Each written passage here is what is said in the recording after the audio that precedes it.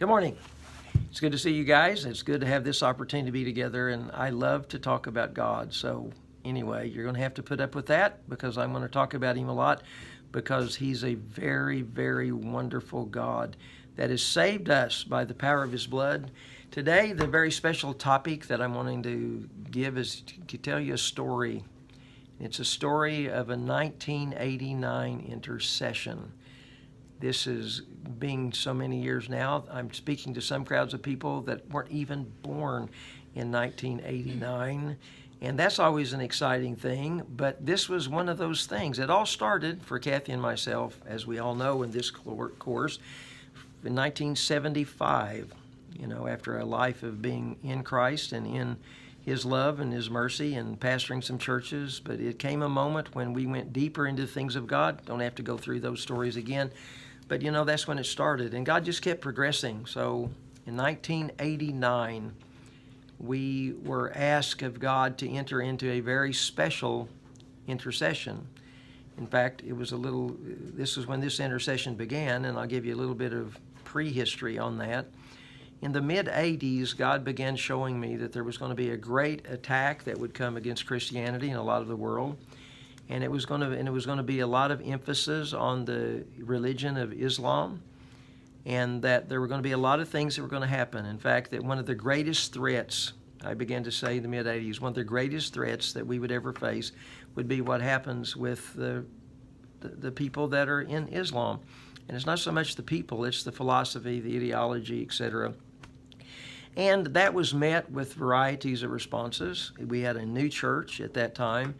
And in so doing, as I began to say some things and prophesy some things, we had some people say, we don't want to hear those things. And we had many people that left, actually, because they didn't want to be involved in that depth of intercession. But it was something that literally reached out, was so alive inside of me that we had to pay attention to it. As I would spend time in intercession and prayer, God kept bringing up these things. Anyway, so that was kind of a beginning of a setting. Now, in the end of 1988, I was in the nation of France, all right? It was our very first trip to France, or that wasn't. We'd gone a few years before, 1986 is when we made a trip into France, and that was the very first nation that we found ourselves going into with the intercessions that we're developing. So, this, and moving on to 1988, we found ourselves, I was in an upstairs bedroom in a little beautiful village, just a beautiful village filled with homes that were so beautiful, and flowers, little flower boxes in front of every kind of window, and it was just beautiful.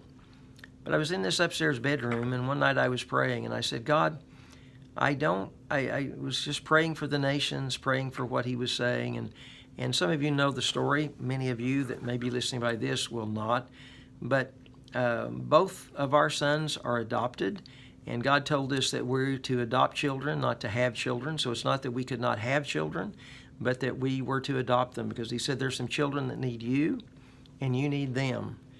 And in so doing, God began to reveal to us that both of these boys, one born in 1980, one born in 1983, both represented intercessions. All right? Don't have time to go through all of that. But that day, sitting in that upstairs bedroom, and actually lying down on my face, I was praying, and I said, God, I don't want You to heal Nathan, and that's our second son. I don't want You to heal Nathan just so he will be able to be normal, or just so that he will be able to speak clearly, or if he will be able to learn properly. But God, I want You to heal Nathan to fulfill the promises that You've given us for him, and that he would speak the gospel to the hard and difficult and unreached peoples of the earth. That's what I'm asking. Well, what happened was I heard the voice of God say to me, and I'd prayed many prayers about him, about his life, and so what God said to me was this. I heard Him say, you will have your intercession. And when I heard that, it was as though I was just shot up into space, okay? It was just an incredible release of the presence, the weightiness of God's glory. And I was just shot up in there, just realized that this is wonderful. I mean, God just said to me, accompanying with an anointing, that this is going to happen. He said, you will have your request. But as fast as I felt that exhilaration shooting me upward, I heard the voice of God say to me, but it's going to cost you more than you want to pay. And I found myself experiencing the exact opposite. I was now crushed to the ground, and I began to weep and I began to cry out because I began to see God was showing me things that we would have to go through in regard to these intercessions and these truths. Now, Nathan's life represented the sons of Ishmael. Our first son, Daniel, his life was representing the descendants of Abraham with Isaac, meaning the fulfillment of the prophecies that God had given to his covenant people Israel, and then to the spiritual children that are one within him of the Christian people and the believers throughout the earth. So his life represented the fulfillment of this covenant. Nathan's life represented the descendants of Ishmael, which were, he was the son of Hagar, and God put a blessing on Ishmael and said, you're going to be blessed, and your descendants are going to be blessed. But there was so much rejection, there was so much hurt. This is not the place to go into all of those things, but the peoples have gone separate ways. And somewhere the descendants of Ishmael took upon them the religion, with Muhammad, of Islam. And most of that, their descendants, etc., those are the things that are happening. And so there's become a great problem and the very difficulty, and we have today the Jewish people, the Israeli people, and the descendants and those that have embraced Islam are warring against each other even to this day. And so the bigger problem is not the problem of the people. Now, the problem with that is people suffer, people have loss, people have all kinds of difficulties, but it's the spirit that is behind it. So I want to establish very quickly right here that I'm not talking about one person or one race against another race or one color against another color. We're talking about the spirits that are working against the Christ himself, the Antichrist spirits that work against the things of the covenant of what God has ratified through Jesus Christ. So I was exhilarated. I was just shot up into heaven, and then God said, it's going to cost you more than you want to pay. And then he began to show me some things. Well, I left France. I came home, and this is the end of December, all right? This is 1988, the end of December. And so I come back with that awareness of an exhilarating release of God that says the promise will be fulfilled, but then knowing that it's going to cost me more than I want to pay, which is very difficult.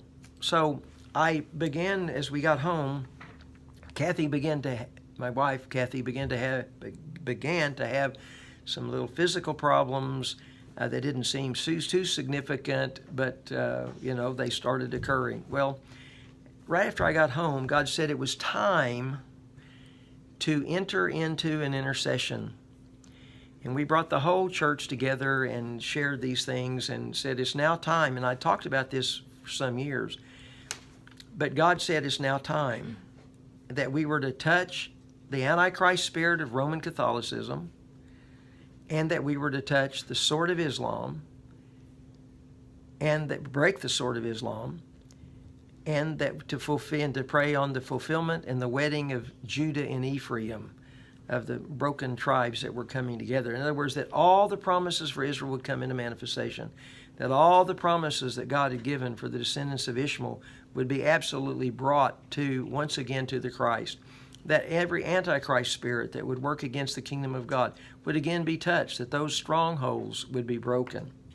Okay, so it's a very involved intercession, very strong intercession of those three things. So we shared that. We started fasting and doing some looking into the Father further for some of these. What are you showing us? What are you wanting us to do? And letting the Spirit of God engage those three things. Well, one night, as I was in our living room actually. I'd been reading some things and praying, and Kathy was in the bedroom, and all of a sudden I heard Kathy cry out, okay? And she cried out in pain. I went running in there, and when I went in there, she was bleeding, okay, from her rectum. I mean, blood was running from her rectum, and it was a very traumatic kind of an experience. I went to trying to help her. We went to trying to contain some things, and immediately began praying, all right? And praying for what? To stop this, rebuke this. Father, what's happening? That's one of my great prayers that I forgot. What's happening? What is the prayer? What do we do? I mean, is this something that I need to take her to the emergency room with? I mean, everything inside of me says, yeah, that could be the case because of what you're trying to do. But the things that I know, the principles that I've taught, I know that I need to know what he's saying about these events, okay? It's not just what I think, but it's what is he saying. So as we're praying that, I mean, and we're going through everything we can possibly, I mean, we're praying, we're asking, we're rebuking, we're seeking to bind things up, but we're saying, God, what is this? So God, speak to me again.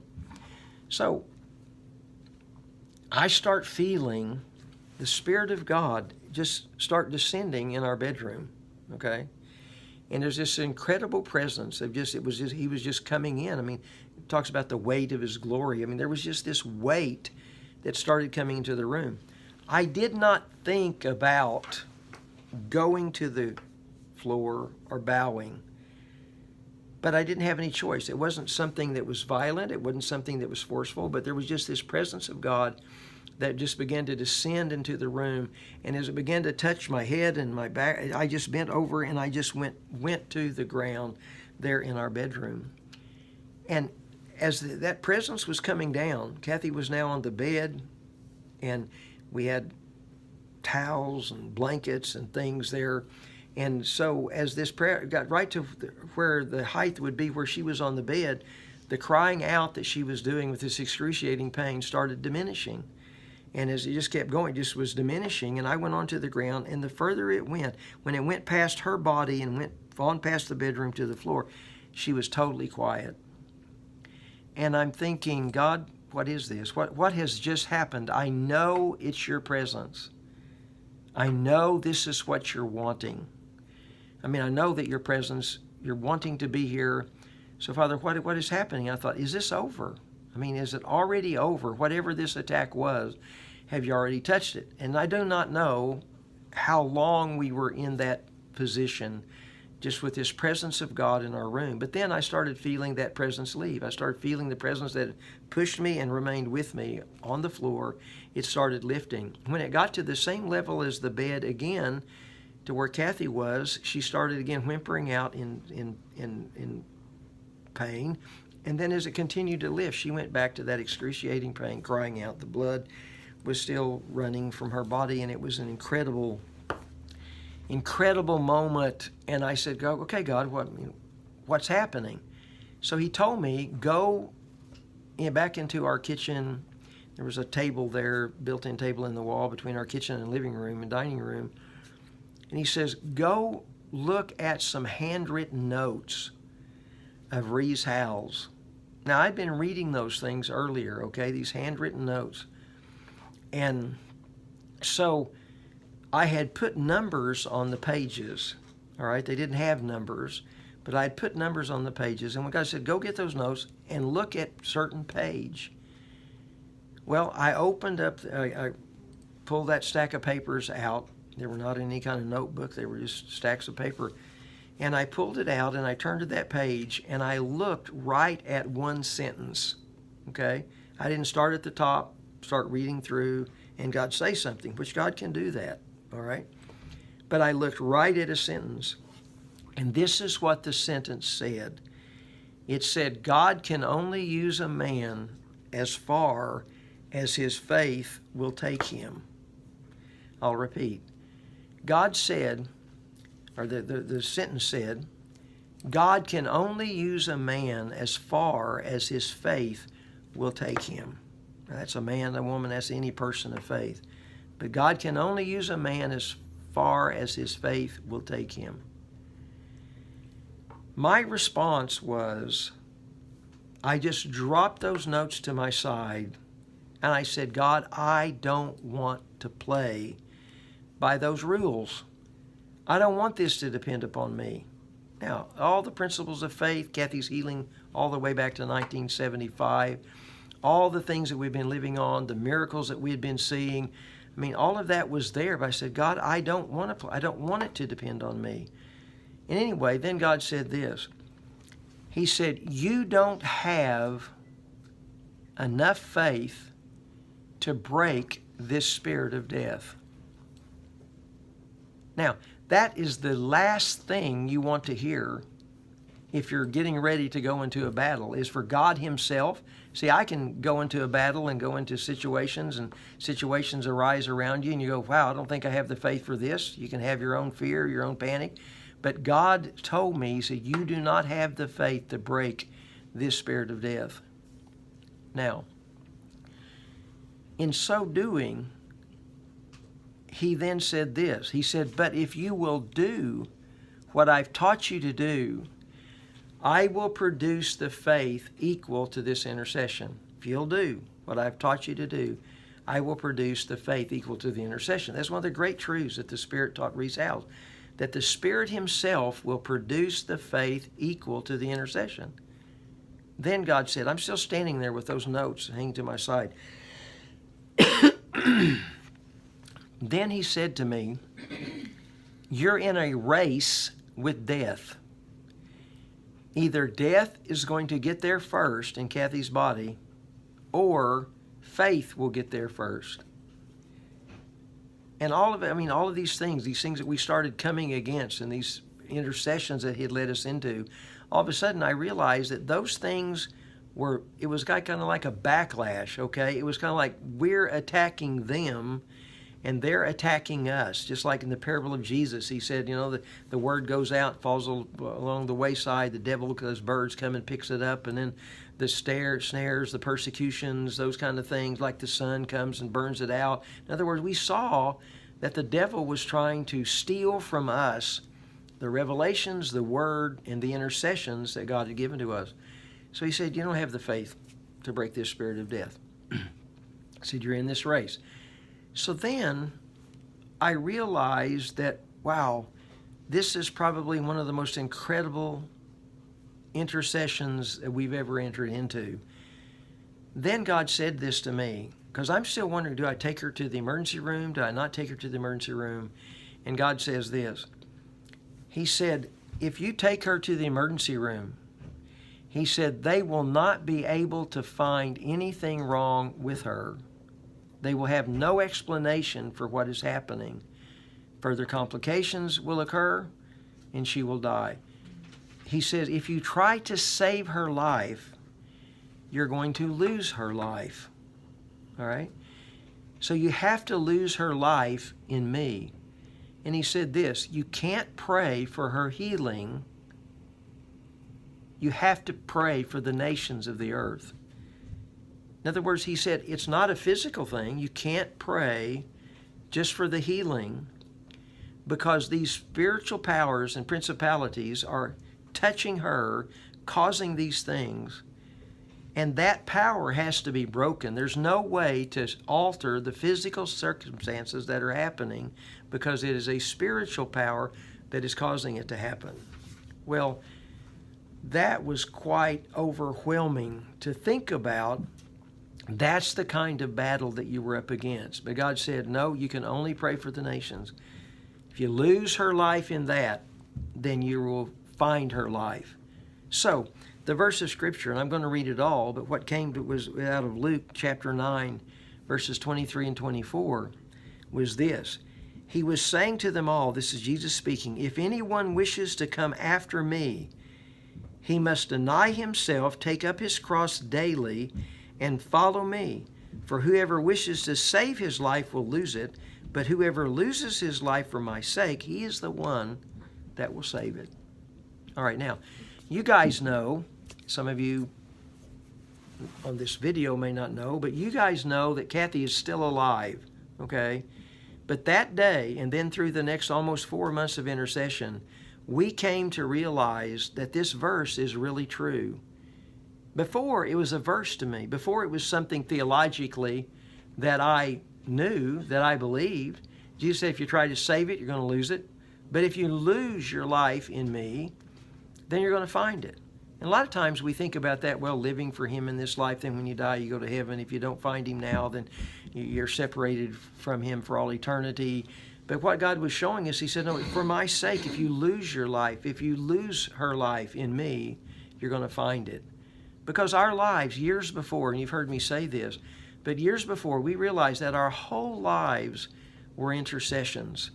Everything that He asked us to do from the very beginning, and sometimes we didn't even realize that until we came into the awareness of what intercession really was, but then we realized that no, something was really happening here, and that's what was happening. When He opened us up to the things of the Spirit, to the intercessions of the Christ, we understood that. So that day, realizing that, I had prayed a prayer, and I start this whole course out with this, but I prayed a prayer in 1982, when we first, or 1881, when we first moved to Shawnee, that God, I want to see what you see, I want to hear what you hear, I want to feel what you feel.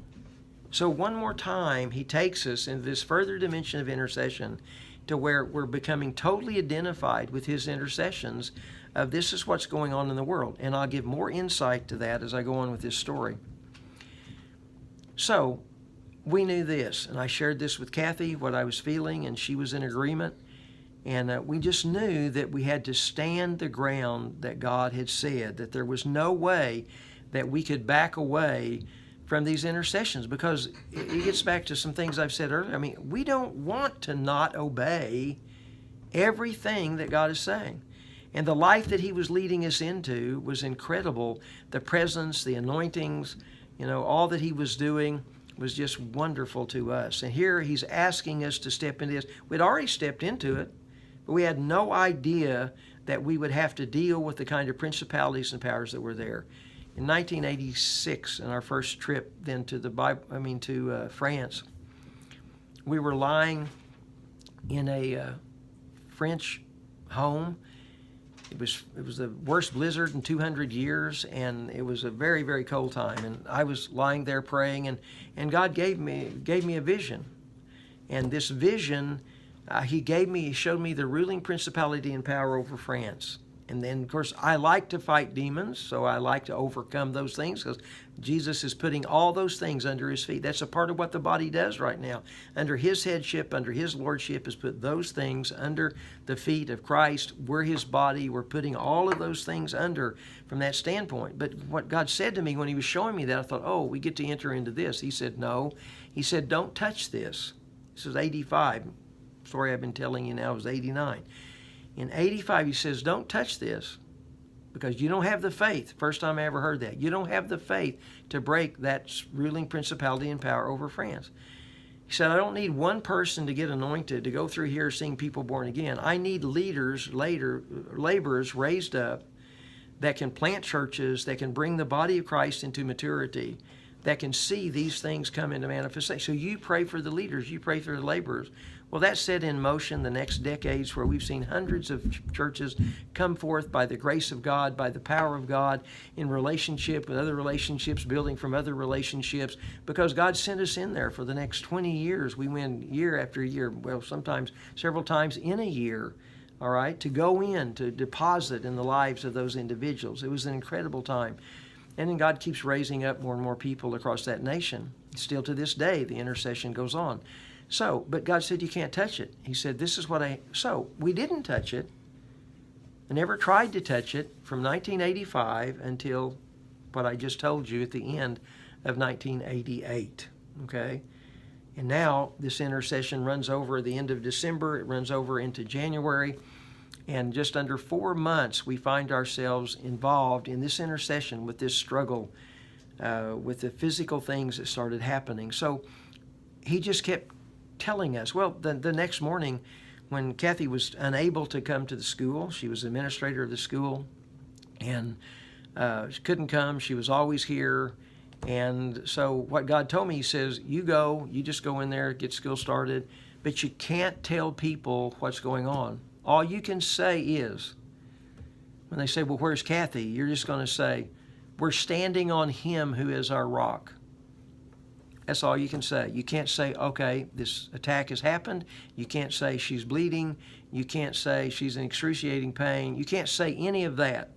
What you need to declare is the fact that we are standing on Him who is our rock.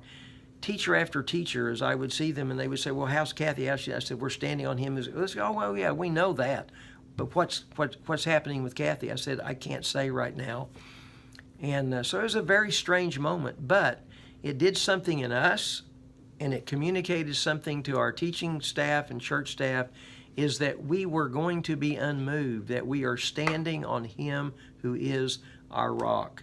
So some days later, I can't really remember how many it was, I was able to share that. And then the body began to pray, and I began to share with them that no, we can't pray for her healing because it's not a physical problem.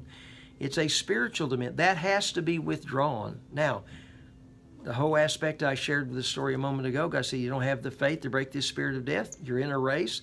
It was a terrible outcome if we had not applied ourselves or if we had not won in this battle, okay?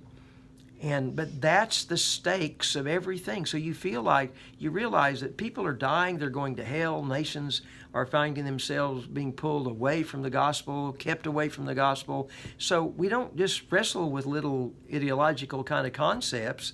There's an incredible power that has to be overcome. And God was taking us to where we realized that it's not just casting out some demons, and I was even taught people didn't have demons, and then as we got spirit-filled, and you realize, no, people really do have demons, and you cast those demons out, and then, okay, there are greater powers, but then God's taking us and was taking us into this to realize, no, they are there, powers that have never really been touched, that I'm raising up my people, not just Kathy and myself, there are people all over the earth, okay, that are entering into these kind of intercessions, that are going to have revelation and insights that can destroy these principalities, these powers, and that can set nations free. Not just individuals, but can set nations free. So that's where God's trying to get us. So each day, it was necessary for us, again, to hear, God, what are you saying? So day by day, He would open up, and He would give us this insight. He would give us this. He would show us things that we could pray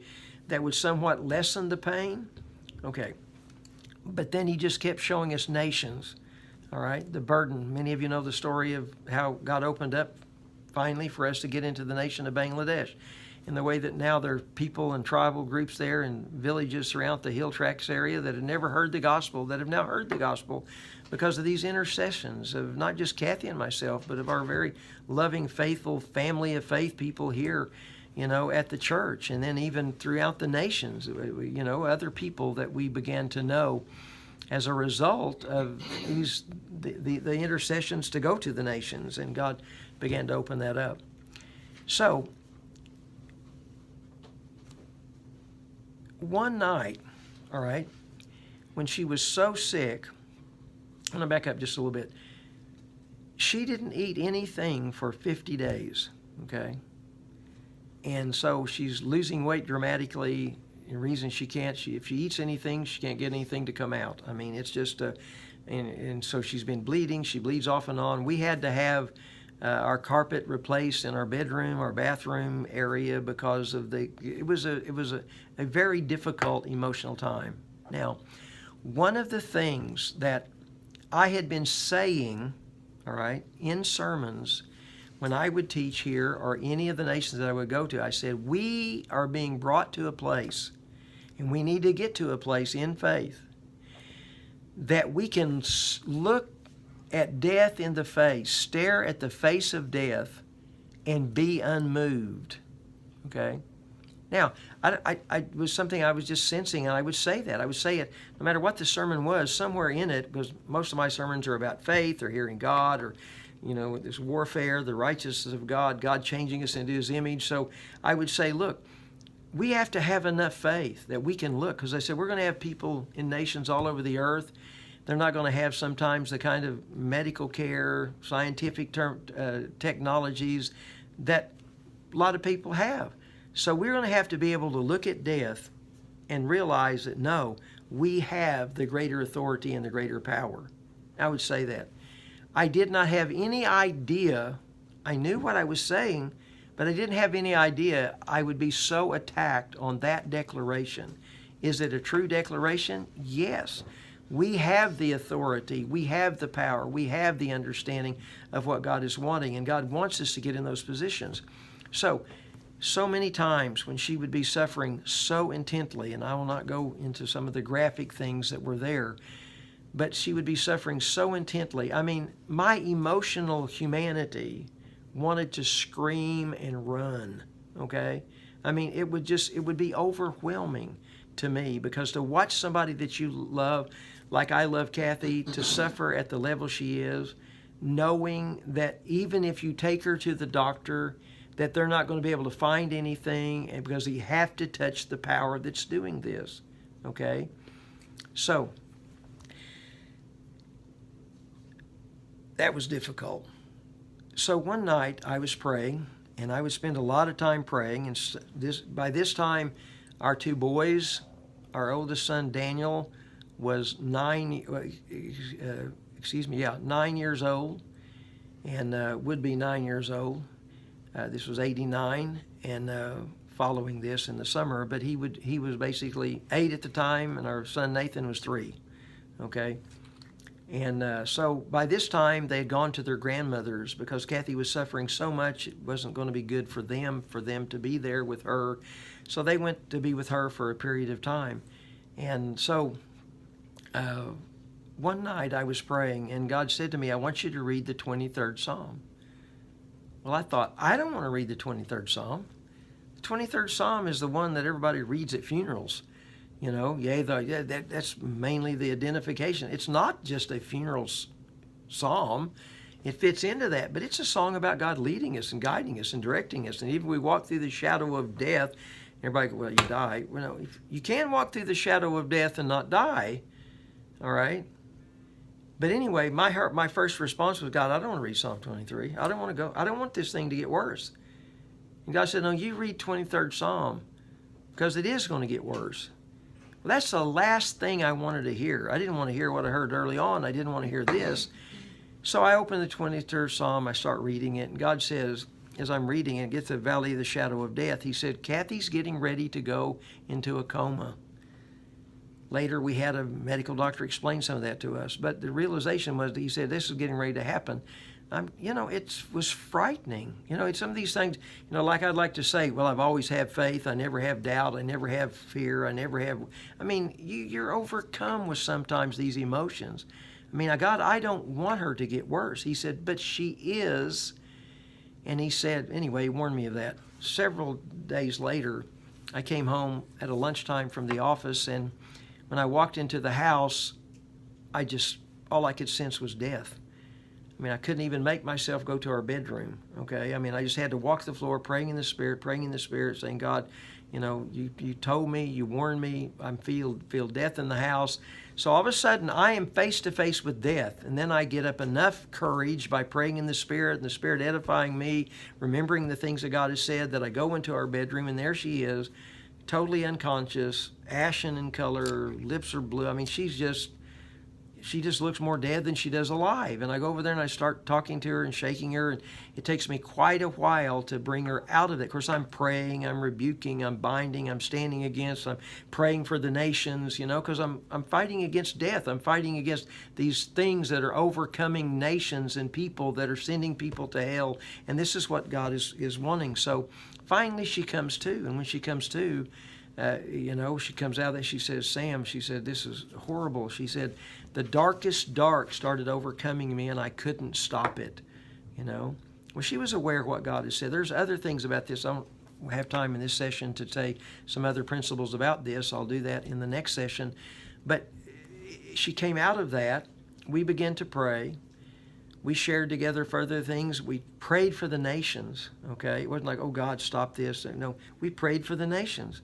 You declared the nation. No, God, these nations are coming free. These nations are going to be such. These nations are going to come into the revelation of what you want. That became the prayer. And God gave us nations. So anyway, it took me 3 days, okay, for her to come out of that state. She would go back unconscious. I would pray. I'd walk the floor. She could come back out of it. For 3 days, this was a battle that we were involved in. When she came out of it, it never happened again, which should have.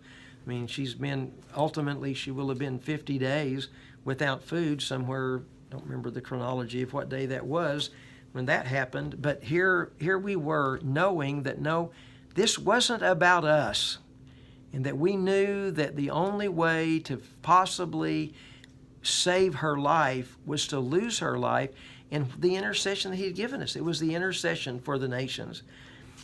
And it was one of the most unbelievable experiences of our lives. One of the promises that God gave us during that time frame was one when Uncle Dick in the Rees Howes book, when he was healed, one of the things that God had revealed to them, that was that 1 minute was long enough for God. And that's what God gave us. And that was early in that intercession. That 1 minute was long enough. That if it didn't happen this minute, it had to happen the next minute. If it didn't happen this minute, it had to happen the next minute. So every minute, this is where, Rees Howes talked about daily obedience, daily abiding, daily coming through. All right? Remember that principle? Well, that's what we had to do. Every day, that became part of our, if it didn't happen this minute, it has to happen the next minute. In other words, we couldn't allow ourselves to say, I guess this isn't working. No, God, you're going to produce this. We're going to pray in the Spirit. We're going to fast. Okay, she went 50 days without eating. I went 38 days without eating, and God took me off that fast, okay, in the midst of that. One thing that God said to Kathy when she realized she wasn't going to be able to eat, she declared a fast. All right, a principle that God gave us years before, that if you're in negative situations where you do not have food, or we didn't think about cannot eat food, you don't bemoan the fact, you don't let that circumstance dictate to you, you dictate to the circumstance from a position of faith. That's some principle he already gave us. Well, that's what she applied very quickly when she said, no, I'm not going to starve, I'm going to fast. Because we knew, having done long fasts, that you can live for a long time without eating. If you don't know that, you're oh gosh, I'll go a few days, or I miss a meal, I may die. Some of us have that tendency. Oh no, we knew we could live a long time without food. So every day he was drawing closer to us, and we were drawing closer to him. And it was just an incredible time of being able to know him and being able to have him become more dear. Okay, so Kathy, in a lot of pain in those circumstances, one day, and I didn't travel overseas, but I kept doing meetings around Oklahoma. And so I was gone sometimes at night, and she was by herself, etc. like that. And one time she was so sick and hurting so badly, and had been. She cried out to God, and she said, God, I can't do this. I'm sorry. I'm spent, worn out emotionally, physically, spiritually. I just can't take this pain anymore. And she cried out. He said, God, I know what this means. I know what you've asked us to do. We've lived through so many intercessions, nothing at that level, but she said, I know what you want, but I just can't do it. I'm sorry. You know what God did? He didn't rebuke her. She saw Calvary. She saw Jesus on the cross dying for her. All right? Not as an historical event, but she saw this precious Jesus that she loved so much dying on that cross for her, and she wept. Okay? Because she saw what he had done and how much his love was. Her response to that was, Jesus, if you will do that and have done that for me, I can do this for you.